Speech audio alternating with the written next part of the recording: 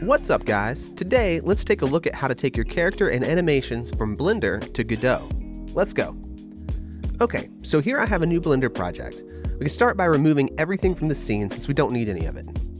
I have a folder here with a bunch of FBX files with animations that I exported from Mixamo. If you don't know how to get these animations, check out my video on modeling, rigging, and animating your characters to learn how to make them. Now, in Blender, we can go to File, Import, FBX. Highlight all the FBX files and click Import FBX. You should now see this jumbled mess of meshes get added to the project. These contain all your animations, but we only need one mesh. Now, highlight all the armatures except for the first one and delete them from your scene by selecting Delete Hierarchy. Even though we've deleted them, the animations are still here and attached to the armature that's still remaining. To see them, we can go to the timeline at the bottom. Now, click the little clock icon and select Nonlinear Animation to bring up the NLA editor. On the left, click on Armature to bring up the Animation Data panel.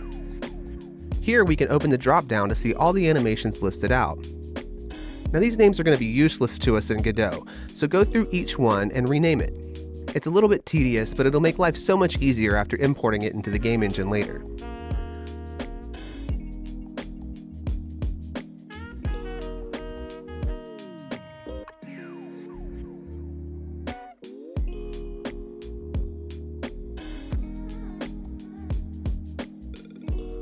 Once you're all done, go to File, Export, GLTF to export a file that Godot will recognize. Now we can open up a new project in Godot and drag in the GLB file that we just exported from Blender. Right-click the file and choose New Inherited Scene. We can go ahead and save the scene to our project.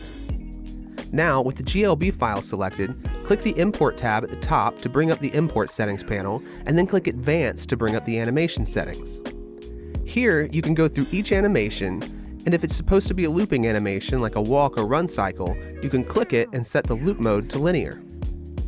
Now, you can head back over to the character scene and test out the animations by changing the current animation setting in the inspector on the right. And there you have it. Your character is now in Godot and ready to star in your awesome new game. That's it for today, guys, and thanks so much for watching.